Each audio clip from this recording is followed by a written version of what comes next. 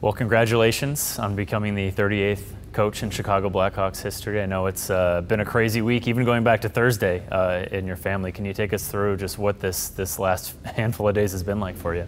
At practice in the morning Thursday in Rockford, and got a text from my wife that things might be happening, and I no panic, but just be aware. And then just going through our preparation for practice, and then actually Sheldon came in, and he kind of looked at me like, "What are you doing here?" And Lene, his wife, I guess, is already at my house because she was going to take my wife to the hospital. So then I go back to check my phone, and it's like, not time to go, but I think maybe we're going. So obviously I got out of there and had our daughter that day, Olivia, and since then it's been pretty rock and roll. Right into, we got out of the hospital the next day at 2 o'clock and met the bus at 3:15 to go into 3 games in 3 nights. So just to say the least, I have a pretty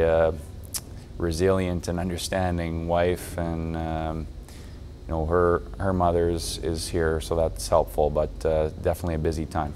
How excited are you, the family, the new addition to the family, for this next step in what your life will be as the head coach of the Chicago Blackhawks? Yeah, well, I don't think Olivia has any opinions yet, but certainly it's special, and best league in the world, and this organization, with the tradition and reputation for doing whatever it takes to win and then winning. It's fun to be a part of, and now I just want to contribute, and excited and grateful for the belief they've shown in me, and I want to reward them for it. When did you first realize coaching at the NHL level was something that was on the radar for you? I think as soon as you start coaching, I mean, I played at the NHL level and dreamt my whole life of being in the NHL, so as soon as I started coaching, I guess it was on the radar. I think in anything you do, you want to be the best. I'm competitive and believe in myself, so probably I didn't expect that I would get the opportunity this soon, but I think I felt like it could be, that I potentially could get there someday. After your time in the Islanders organization, you then head over to Sweden to keep playing, and the coaching kind of happened maybe a little quicker than you had expected in that regard as well. That experience in Sweden just seems to be a very valuable one. What did you take from that kind of helped transition maybe your from playing career into coaching career that ended up getting you where you're at right now? Yeah, it really was. Those 4 years were tremendous in my development as a coach, certainly, but just more. It's a small organization, and I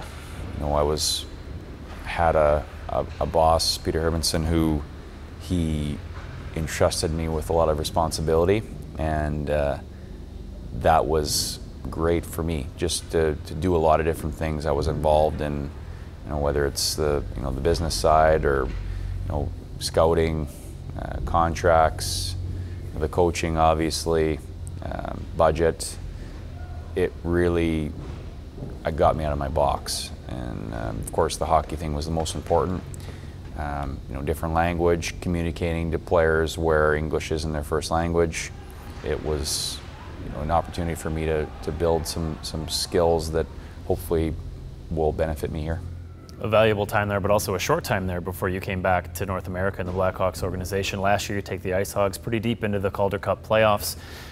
Did you learn a lot in that time about what the Blackhawks had here, not only the front office side, but also what on the ice, this organization had in some young talent that potentially could catapult to that NHL level? When you come to the organization and you realize very quickly that they'll do whatever it takes to help you have success, that's a pretty good feeling.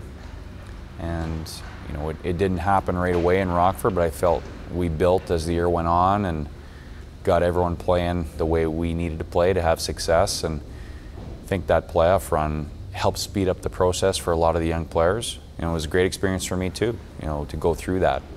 And I think a lot of those guys used that experience as a springboard to make the team here, or a guy like Fortsy didn't make the team out of camp, but he was here shortly after. That is invaluable, and I'm going to use it too. That experience for me in this situation here can be valuable.